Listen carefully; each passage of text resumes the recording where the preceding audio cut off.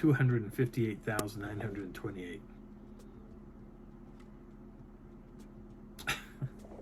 So my name is Patrick, and this channel name is called Sasquatch and the Wild. I have struggled with trying to find a name for this channel. Came up with something way off in left field, all the way to the right field, trying to think of what it should be. Ended up with two names, but I'll tell you something. When you're trying to start a YouTube channel, the channel name has to be unique. It has to be something different that hasn't been done yet. And they push that because they don't want copycats. And I understand that quite well. I looked up this name. I can't find it anywhere on YouTube. I looked up it on the up in Google just to check it. Nothing there either. I checked the other name, same thing. It wasn't on either side. I couldn't find it. But I asked a series of people which name they like best, and it seemed to come back as Sasquatch and the Wild. There are things that I'm going to talk about on this channel that most Sasquatch researchers don't talk about. Everybody's focusing in on science, and I really don't. I'm not 100% science type of guy. I've had encounters with them, and most of my encounters are daytime events, like anywhere from 6 in the morning till mid-afternoon.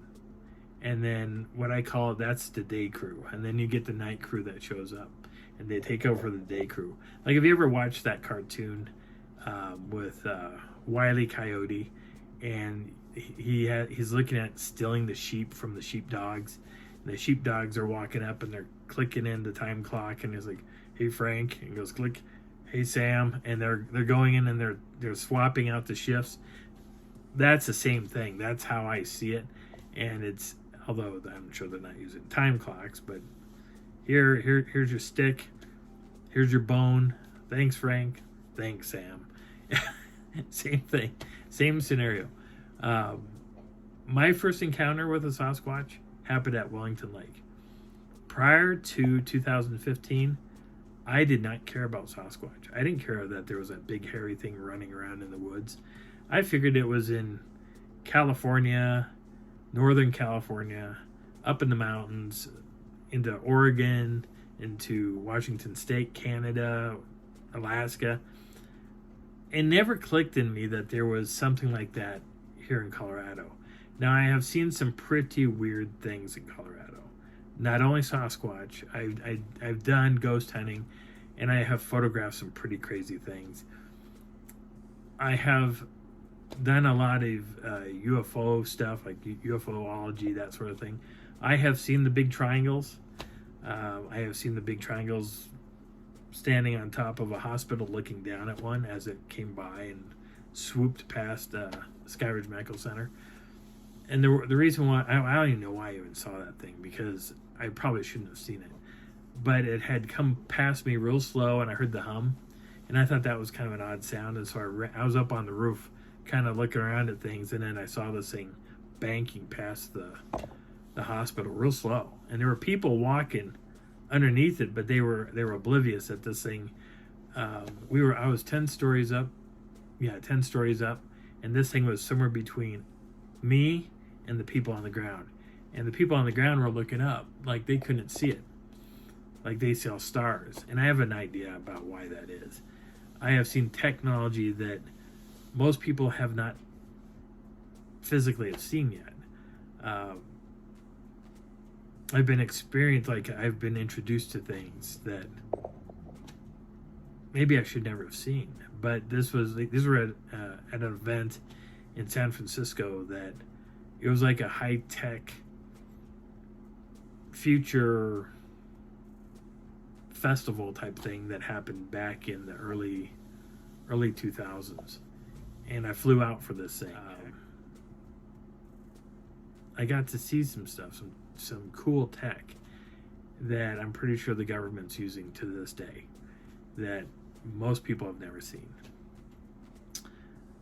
But I got into Bigfooting by a fluke. And if my little dog, if I would have taken my dog back off the trail that we were on and took him back to the campsite, I would have gone back on that trail on my own. And it would have been probably a different scenario to this day. Because there was a moment in time that I about walked around the rock that this guy was sitting behind 3 feet from me. My first daytime sighting happened right about 12:30 in the afternoon, 1 o'clock, somewhere in there. And I was gone for like 5 hours on a 1 hour trail. You do the math. I had 2 encounters on that day, and within 20 minutes apart from each other. And first one, I was 7 to 12 feet from the guy, and the second time I was doing this. Holy crap, are you tall? When people tell me Sasquatch don't get past 7, maybe 8 feet tall at best, you're on drugs, because I have seen the 12-footers. My first Sasquatch, 12 foot in height. Here's the reason why I say it. When I first saw him, I'll get into this full story here in a little bit. I'm going to do another recording of it, and I'm going to break up this event into 3 videos. And I might pair the first 2 nights, or the first morning and the first day together into one video. And then I'll do a separate video for the next 2 days or whatever it is. But anyway, so when I saw my first one, he was sitting down. Now I stand 5'10" 3/4 inches tall. You're going to hear this again because I'm going to bring this up in the videos coming up. But I stand 5'10" 3/4 inches tall. This guy's sitting down. We're on the same plane. Okay, we're on the same exact plane. There's no elevation change between he and I. We're at the same plane. He's sitting down. I'm standing up. And he's preoccupied. Just to clear the air real fast. He was preoccupied. He didn't hear me coming, and he didn't smell me. There's 3 things that are happening at that moment. It's raining. The wind is blowing from him to me. And he's preoccupied with what he's doing. But while I was watching him, the top of his head was taller than I was, and he was sitting down. His butt was on the ground. My feet were on the ground, and he was taller than me by about an inch, and he was huge. But the thing was, he looked like a gorilla, and I could not fathom why we had a giant-sized gorilla in Colorado.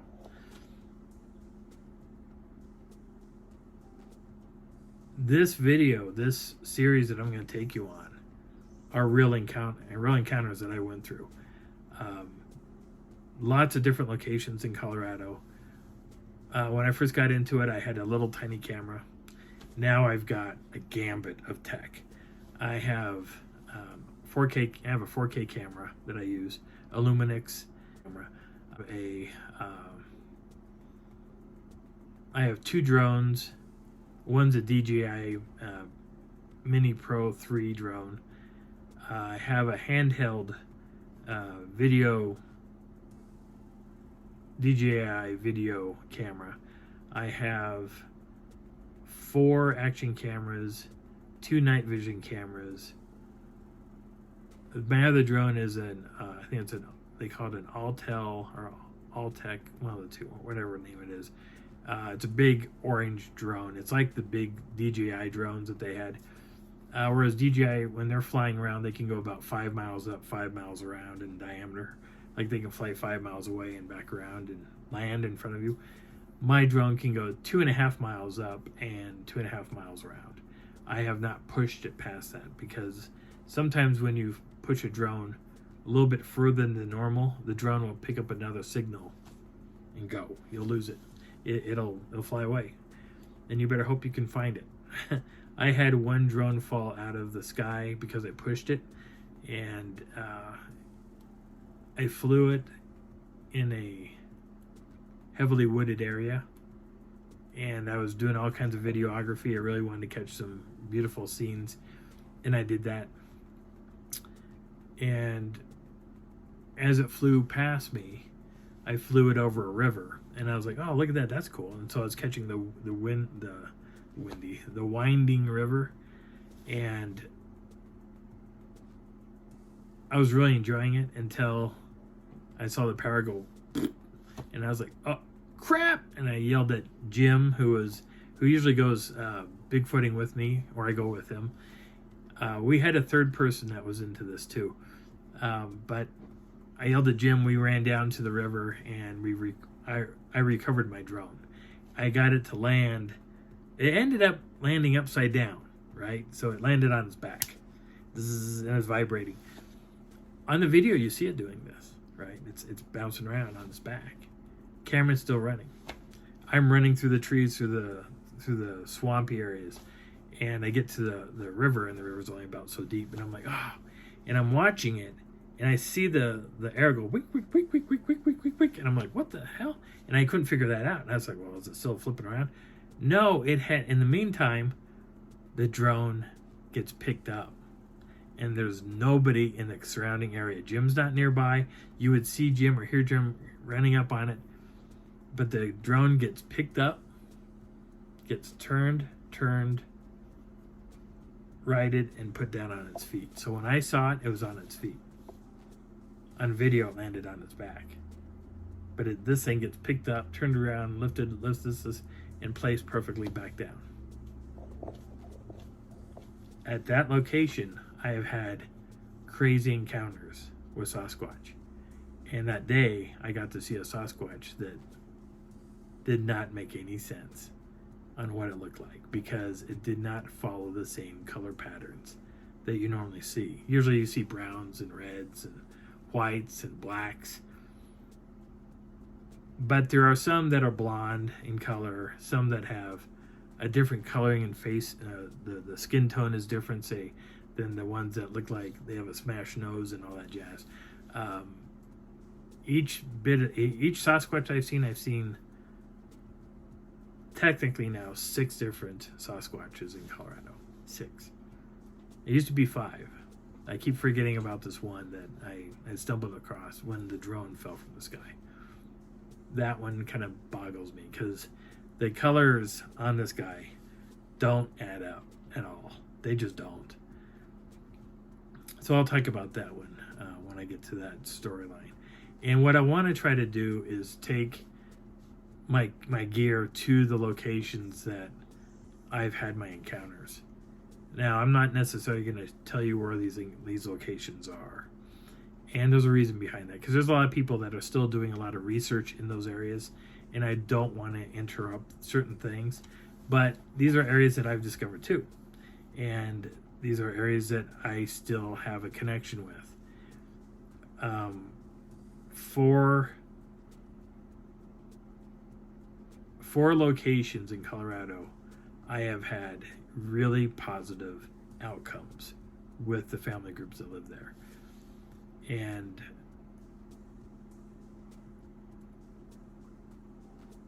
when people tell me that, when you hear that Sasquatch follows their food, that's not really accurate. There's nothing that says that. There's nothing really proves that. Everybody says that in general. I disagree with that all day long. If you live in a specific area in the mountains and you know where the food is located because this is your home, chances are you don't have to go search for your food, or at least search a long distance for your food, because you have readily available type of food. I like looking at a clock. If you look at a clock, and right here, I'll draw it out real fast.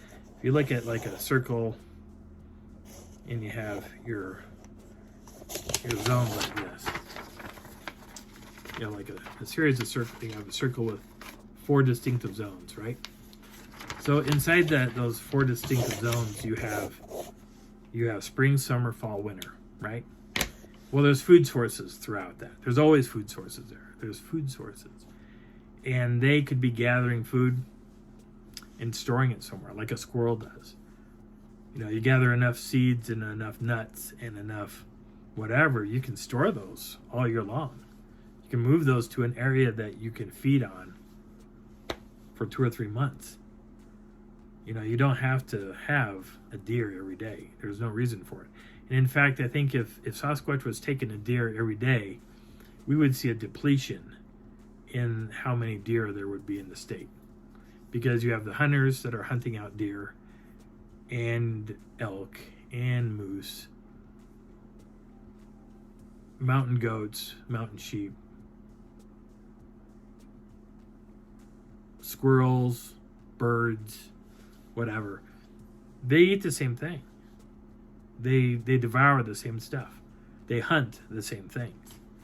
So there's no reason to necessarily, let's go, family, that we're going to go across the tundra to go look for food. No, they're not going to do that. They're going to stay around their home. They're going to stay in a close proximity of their home, because if something happens, they need to get from point A to point B as fast as possible. If hunters are coming in, they got to vacate. They got to go down into the ground, hide wherever they're going to hide. You know, what if they have tech? Great. If they don't, people talk about them being able to turn into or disappear right before their eyes.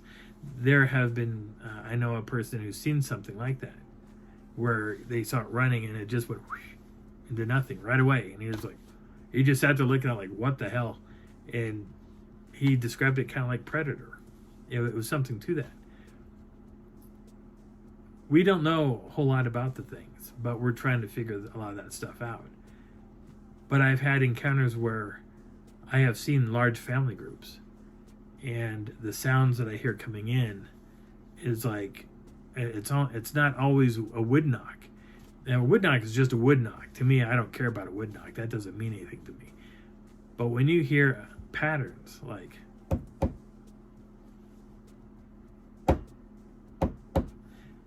I've heard those sounds before. I've heard that pattern. I heard that pattern for 8 hours. That's 8 hours. 11, 12, 12, 1, 2, 2, 3, 4, 5, 5, 6. Nope, I heard it for, well, maybe 7.5 hours to 8 hours. I heard that pattern. And that night I had 3 groups come into one campsite. One large group came in from the north, if I get my directions right. Nope, they came in from the south. A small group came in from the north. Another group came in from the east. And they converged on us. And I was part of SIR at the time. SIR stands for Sasquatch Investigation of the Rockies. Mike Johnson started SIR with Scott Barta. I go out camping with Scott. I went out with him I think it was last September. It was him, my friend Jim. We went up into the mountain, well, technically it's the mountains. We went up into the mountains in Wyoming. And I have a video for that that's going to be eventually posted and put up on the YouTube. And that those 2 videos are not like crazy informative. There is some stuff that I kind of touch base on. I'm not doing a lot of talking in a lot of it, but those are fairly short videos. Those are only about 10 minutes long. The first 3 major videos will probably be about anywhere from an hour long to maybe an hour and 20 minutes long, or something into that range, or maybe longer than that. Maybe 80 minutes long or something crazy. But in the long run of it all, I'm going to introduce you to different areas of Colorado, and why not everything in Colorado is Bigfoot related. So I'm going to show you what to look for. I want to show you what not to be fooled by. What things make sounds in Colorado that you probably don't know. And probably in your area, you probably don't have any idea that these things are in your area until you research it. Because a lot of times when you hear things in the woods, it's not always what you think it is. And your mind automatically will go, Bigfoot. Or the other crazy things that people talk about, like what was it called? Dog Man or something like that. That's a werewolf. Do I believe in that? No. I can't wrap my head around that one yet. And I know other people believe in it, and that's fine. That's just something that I've already seen Sasquatch in Colorado. I've been really close to him. And in close meaning like 10 inches from your face. Close enough like you can kiss one. That's how close I've been. And I've had that type of encounter a few times. I've had them where they look in my tent and I'm looking right at them. And they're staring at fabric. Like my window it's like a plastic film. And there's a piece of fabric that's hanging off of it. So like if this is the window, actually doing this, there's a piece of fabric hanging down. They're looking through that window and their eyes are bugging out looking at it. And I got real close and I said, yo! And he looked right at me. And I looked at him and I said, what are you going to do now? And he stops what he's doing and he runs around my tent. That tent is a teepee tent. If you want to have an encounter with a Sasquatch, buy a teepee. Put cots in it. Make sure that your person that you're going to be sleeping next to snores, because man, Sasquatch loves a good snore. They do. They will come right up to your tent and they'll start making that sound, and you'll be looking at the tent. What the hell is that? Because you're going to realize there's now something outside your tent, and it's mimicking your buddy that's boyfriend, girlfriend, whoever is right over there next to you. You're gonna get that sensation, and it's crazy. There's a lot of stories with that, and I'm going to share all that with you. So this video is about 22 minutes long. I'm going to cut it at that. And if you have any questions, please write a comment. Don't be derogatory towards people. Don't make fun of people on my channel. I won't put up with that. But I really want the comments. I want to know what people are thinking. I want to know which way you're thinking about stuff. If you're curious about something, ask the question. If I can figure out how to do all this stuff on YouTube, I'll answer you. I'll give you a straight up answer, best of my ability. So, like I said, my name is Patrick. This is Sasquatch and the Wild channel. And thank you for coming. If you like the video, please like and subscribe. This will be a fun journey. I hope you're excited.